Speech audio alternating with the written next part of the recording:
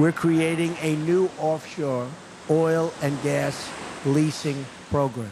America will be allowed to access the vast energy wealth located right off our shores.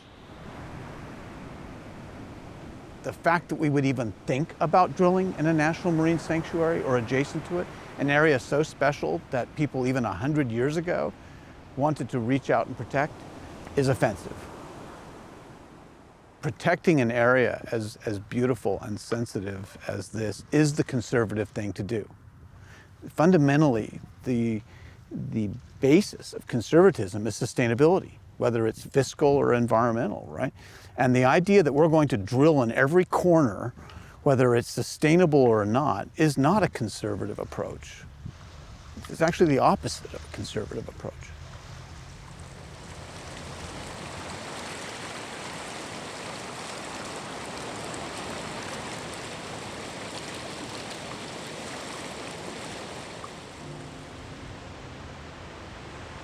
This is Washington State's Olympic Coast. My name is Tim McGuire. I'm a photographer and a filmmaker based in Seattle, Washington. In early 2018, Bill Bryant, a prominent Republican figure in Washington State, asked me to go on a 3-day backpacking trip with him and some other people on the Olympic coast of Washington State. All right, Bill. There's your RV behind you. So, how's it going? It's going great. We have a great morning. Looks like this marine layer is going to burn off. I think it's going to be a sunny day. I think so too. There were several reasons for the hike. First, it would be publicized to draw attention to the high environmental risks the new Trump administration policies put on our wilderness coastline and the connected offshore marine sanctuary. How's it going? Are you joining us? You still have room. Yeah. For me, as a politically left-leaning environmentalist, I was excited to protest the offshore drilling policies of the Trump administration. I also found it incredibly refreshing to see the top Republican in our state standing up for the environment and challenging the policies of the Republican president, Donald Trump. Tim McGuire interview at Mora Campground. Yes, I definitely have an affinity for this spot. I've often said I would want my ashes dumped, or whatever the word would be. Nicely placed. Nicely placed on a Rialto beach.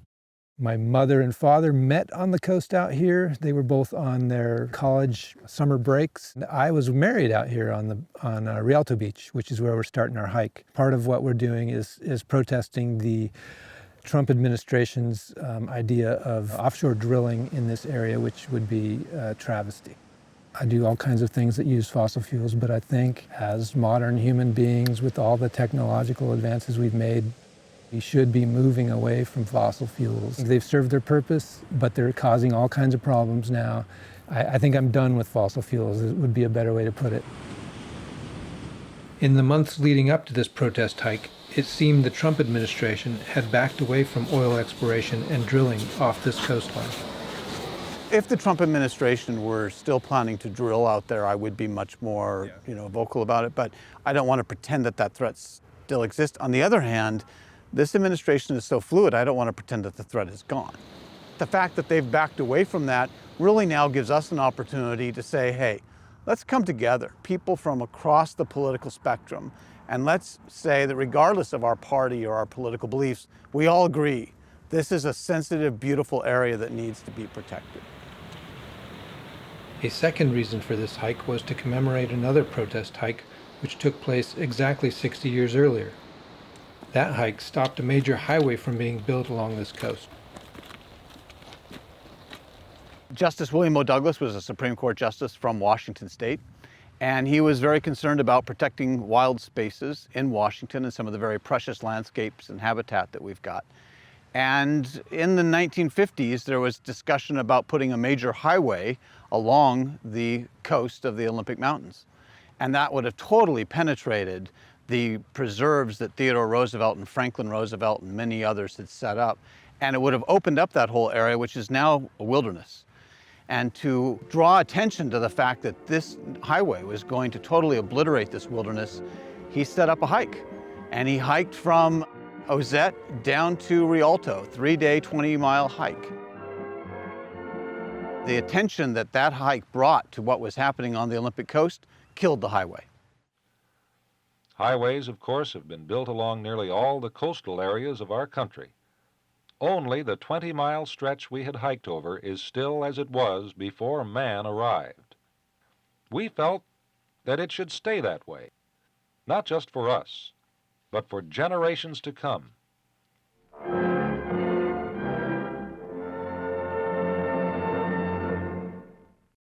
So when I heard that the Trump administration was considering opening up the National Marine Sanctuary and the coastline of the Olympic Mountains to oil and gas drilling, I said, you know what? We need to resurrect and commemorate that hike. So on the 60th anniversary, 12 of us are going to hike in reverse from Rialto to Ozette. And I hope that our hike will draw attention to how very precious this landscape is and how we need to, as our generation, protect it for those that follow us. So our hike went on. The sun did come out that first day, and we got to really enjoy the sights and sounds of the beautiful stretch of wilderness coastline. The group was purposely mixed from a political standpoint, and most of the people in the group didn't know each other. So as we hiked and rested along the route, we started chatting and got to know each other a bit.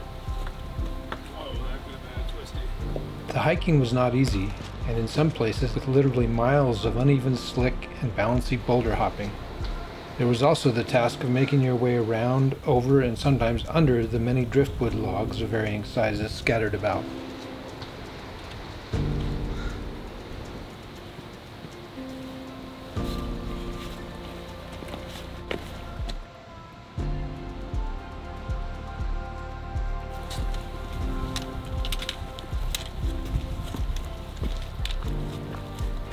There were a couple of places we had to go up off the shore onto the headlands because the tide was too high, or it was just impassable because of the steep shoreline on some of the points always being in the water, no matter the level of the tides. The ropes put up on the steep headland sometimes helped and sometimes hindered. You can edit the last part. That's going to be the opening scene. We've got a really good group. If you're going to go out on a 3-day beach hike, this is a good group to go with. They're people from across the political spectrum, but they're all committed to protecting our environment. A good example is Benji Backer. Benji is the president of the American Conservation Coalition. We have an author who's written extensively about environmental issues here in the Northwest and in Central America. We have a photographer who has a particular personal connection to the area because his parents met there and he was married there. We have a guy who has spent years working to restore salmon runs throughout the Pacific Northwest. We have a guy who works extensively on environmental policy and writes about environmental protection from a more conservative free market perspective. So we have a group of people who have come together from across the political spectrum and said, this is an area we need to protect, and we want to draw attention to how special it is and how, when it has been threatened by the Trump administration, we need to stand up and protect it. And why did you want to hike with us for part of your hike? Love what you guys are doing, trying to keep offshore drilling away from this amazing sanctuary.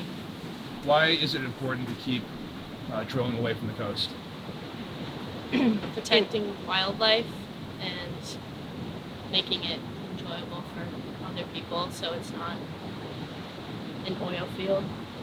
It'll destroy the beauty, the panoramas, and also the inevitable spill that's going to happen. All of these rocks up and down the coast were protected by Theodore Roosevelt as bird sanctuaries, and that was the beginning of the Olympic National Monument and then the Olympic National Park and now the National Marine Sanctuary. He was afraid that if he did not lock up these rocks and protect this beach, that within a generation there would be oil derricks out here. Can you imagine having oil derricks out there? You know, this hike is because the Trump administration wanted to undo a century of work and put oil derricks out there. What do you got there? Got some Japanese buoys I might as well take out. Hard That's plastic. a composite, Don't want yeah. that ending up back in there, so Yeah. might as well bring it back out. One thing everyone noticed within a few miles of starting was the large amount of trash littering what is supposed to be a pristine wilderness coastline. Almost all the garbage was plastic of one type or another.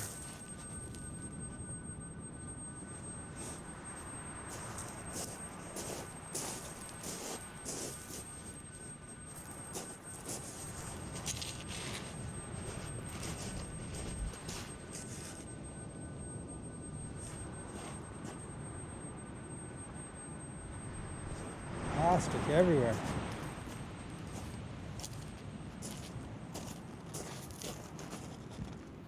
How's it going, Jess? It's going good. My motivation is partly personal. I just really need to get out in a way and more in touch with nature, and this is a really cool way to do it. I mean, we're walking the steps that were walked 60 years ago in the name of the same cause that we're still trying to push for, protecting these wild spaces in Washington. That's a huge part of what is Washington. Are you opposed to offshore drilling in the United States?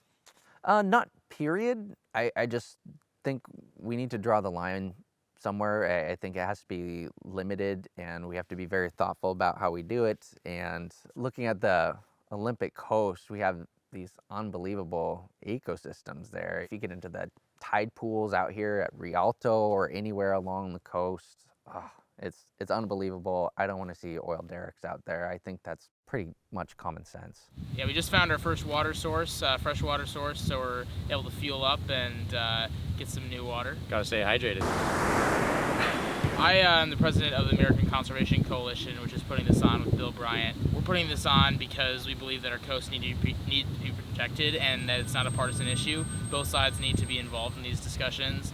And putting oil rigs off the coast or not funding the coast, there's so many different ways that the coasts are being threatened currently, and we need to come together as a country, as a state, and as a local community to protect these areas, public lands, and do better in terms of protecting the ecosystems that thrive here, and keep it open for everyone to be able to come and enjoy like we're doing here this weekend.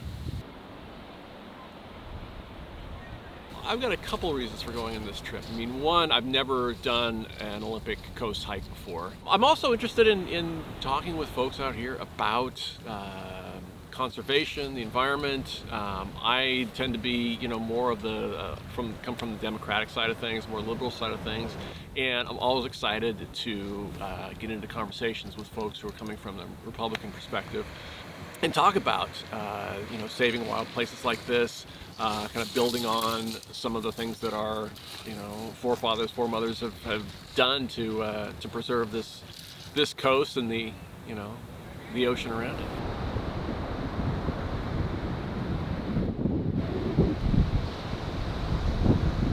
It's important for people to know that many Republicans disagree with some of the Trump administration policies. And Republicans in Washington State tend to be a breed apart. We're conservationists as well as conservatives. And we want to stick up for that reputation and for what that means. Especially in a place like this, I'm incredibly against offshore drilling. I do think that it's a case-by-case basis, and hopefully in the future, fossil fuels will be a lot less reliant on them, and that clean energy and more renewable sources are much more prevalent in our society. Especially in this region, it's completely unnecessary, and we have oil rigs across the globe in almost every single area, and we don't need them in our most beautiful places. Going into the 21st century, we got to start looking at more clean and efficient resources, especially with the immediate dangers of climate change coming within the next couple decades. We definitely need to resort to the alternatives in order to protect our environment.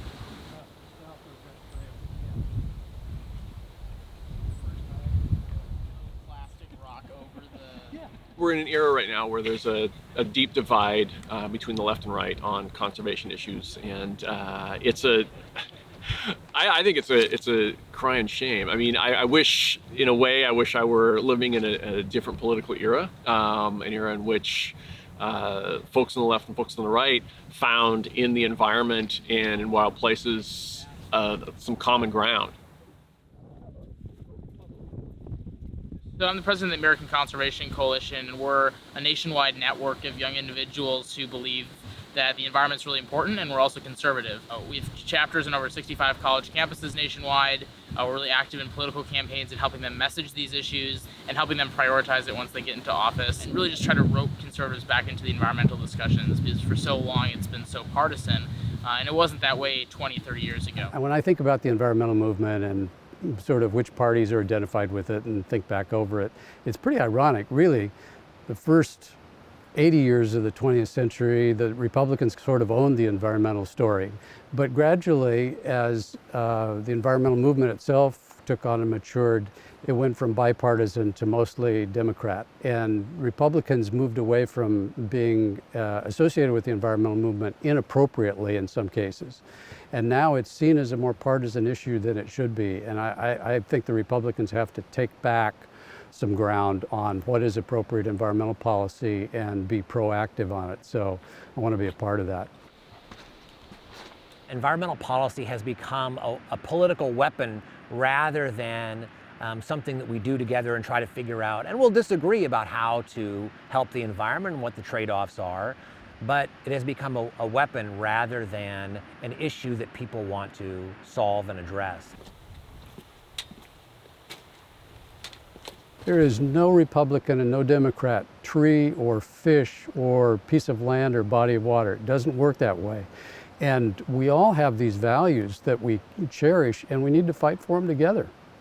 Part of this trip, it's to make a point about the value of wilderness and the value of preserving these areas. I very much believe in city life and energy and natural resources and using them wisely, but I also believe in preserving them. And so this is that part of that balance.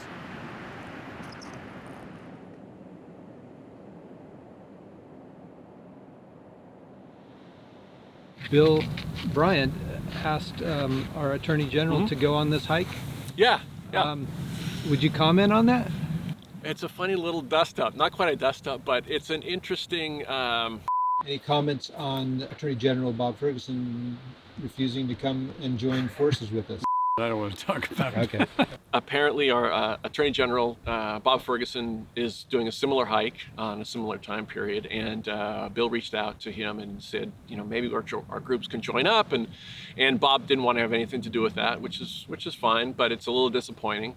I think that sort of melding of perspectives and conversations can really make some progress on ideas of conservation and maybe ideas that can make their way all the way back to Washington, D.C. I announced that I was going to be leading this hike in January. 3 weeks later, the Attorney General announced in an official press release that he was going to be leading a hike on the same dates to commemorate the 60th anniversary of Justice Douglas's hike.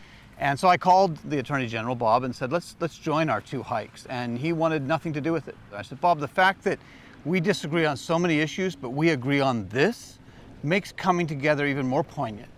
And he didn't want to do it. He said, have a great hike. When the environment becomes a partisan football, it loses. I think it's a sad commentary on our politics that even when people agree, we can't come together and hike together.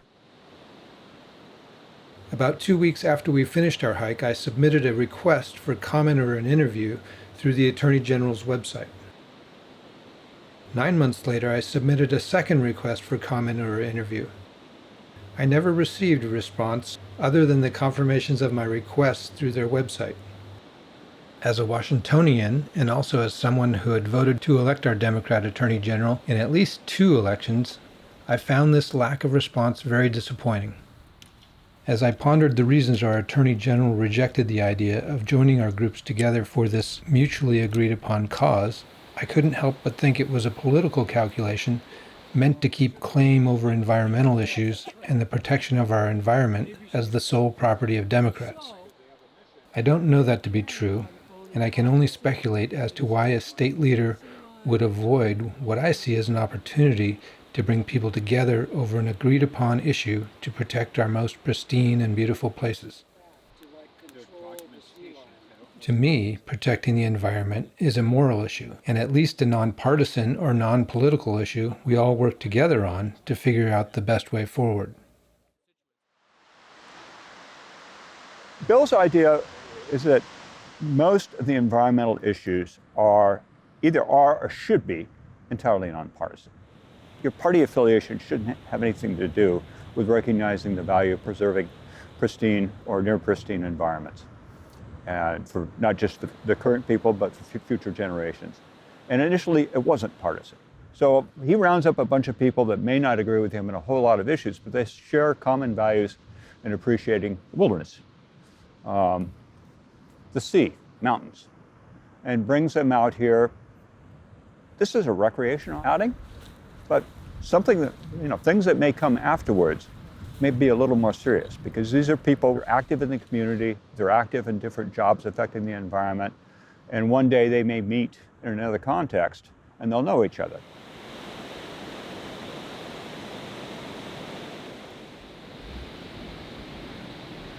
So much now with social media and all this stuff coming at us, that coming out here in a place like this and just turning that off for a minute is such an amazing gift. Everybody needs to do this. Everybody needs to talk to people that, whether they know that they disagree or they think that they might disagree, just talk to people.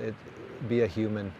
There are conversations that happen around a campfire that really almost can't happen anywhere else. The day-to-day winning of the political day washes away, and you sit around and have a cup of coffee or a little taste of bourbon or something, and you offer experiences and beliefs and ideas in a way that you wouldn't otherwise. You kind of let your guard down, What I'm seeing here is a lot of thought put into the idea of how do Republicans, how do folks on the right come back to this issue, reclaim this issue of conservation, the wild, and the value of nature. Not just right and left, but it's older generation and younger generation, and that's really important too, to pass along that experience and that knowledge, and assure them that there is a decent base to the Republican Party,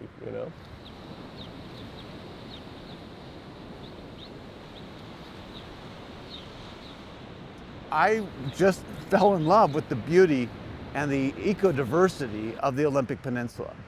And I want a kid 100 years from now to be able to fall in love with it all over again. The fight or the drive to protect our most beautiful places in our country and on the planet never ends.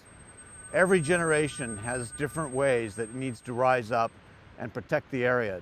Theodore Roosevelt did it, Justice Douglas did it, and in our own way, we're trying to do it this weekend. This hike has also highlighted the need to take action on a different level. Because while we can protest the drilling for fossil fuels off the coast all day long, we're picking up plastic water bottles, plastic hangers, plastic jugs, milk cartons, buoys. Plastics are littering the beach of one of the most pristine areas on the planet.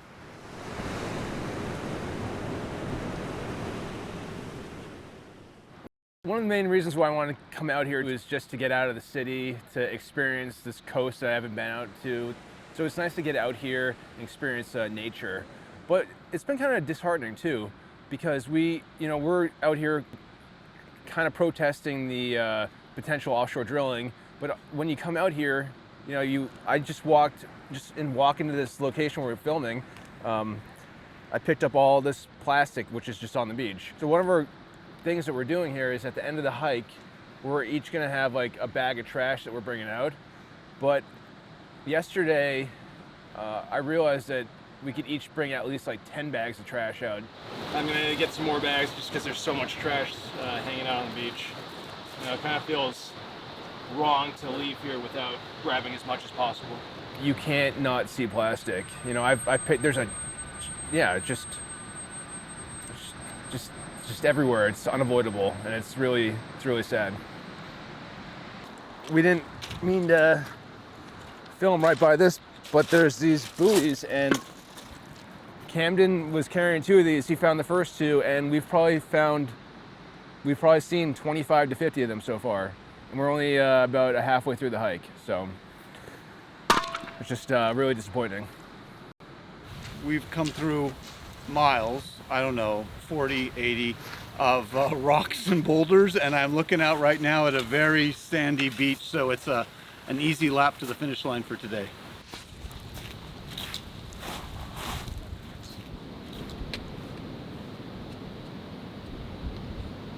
The big conversation over the past couple of days, just ongoing, just because we see it every so often, is all the plastic we see everywhere. There's plastic bottles, there's leftover buoys, there's ropes, there's garbage everywhere, and it's getting pretty frustrating. So that's been a regular topic of conversation. I want to come back and do more cleaning up. I feel like I would like to pack less next time I come and try to pack out a little more. There's a lot of stuff out here. So Bill actually had a really great comment at one point. We're looking at all this plastic, and he just says, like, everything here is exactly the way it was 100 years ago, except for all the plastic. It has driven home the need to get a handle on how we are packaging everything we are consuming and understanding where it's all ending up. And if any of it's ending up in our ocean and on the most pristine areas of the planet, that's too much. Yeah, I mean, it affects just how you discuss the topic with people when the issue comes up about plastics, because you can get into the policy and what makes sense and what's economically feasible and all the different challenges that come with any sort of policy change. It's going to be a growing issue, so just being able to have that memory of seeing that, you just take it a lot more seriously and treat it as a much more grave issue when you're discussing it with people. So I think that's probably going to be the main thing.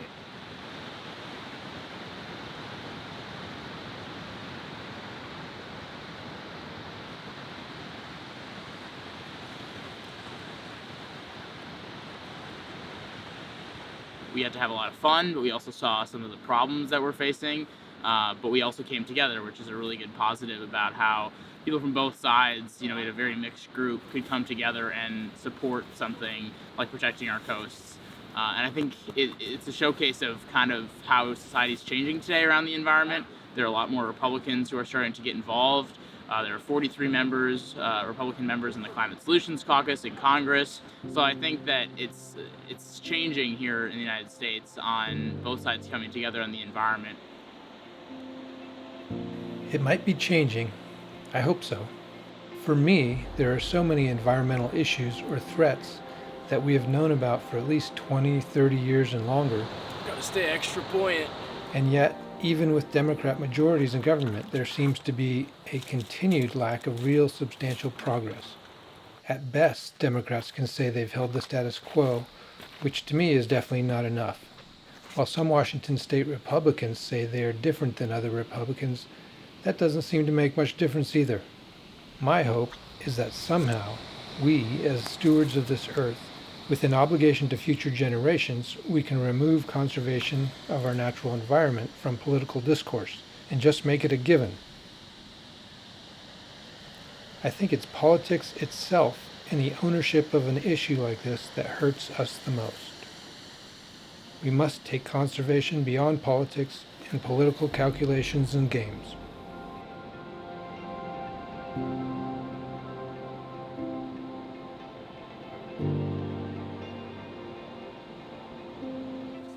All of us have been appalled at the amount of plastic that we've seen all over the beach. And so at least on this last day, we're going to stop and pick up plastic bottles and plastic cups and all kinds of plastic that has washed ashore from ships and from other countries and from this country.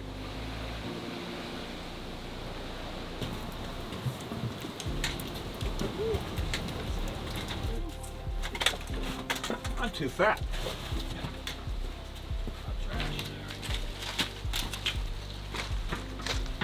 What do you got there, Jess? Got a bunch of garbage. I found the bucket and on the beach, but it was empty, so I thought that was super handy. I can always strap it to my pack later. Once we get past this rough patch, I got more trash bags, so I can double fist it with the trash bags with the garbage pail. So I'm doing excellent.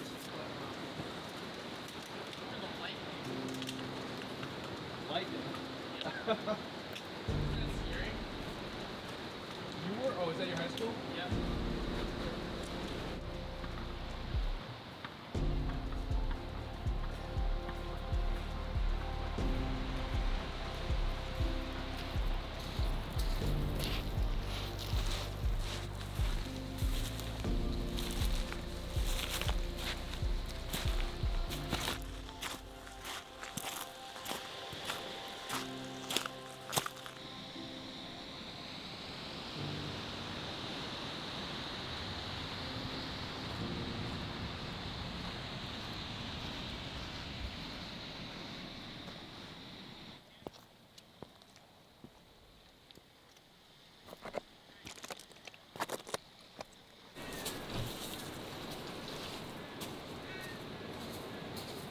About mid-morning on that last day, we made it to the trail that leads inland away from the coast.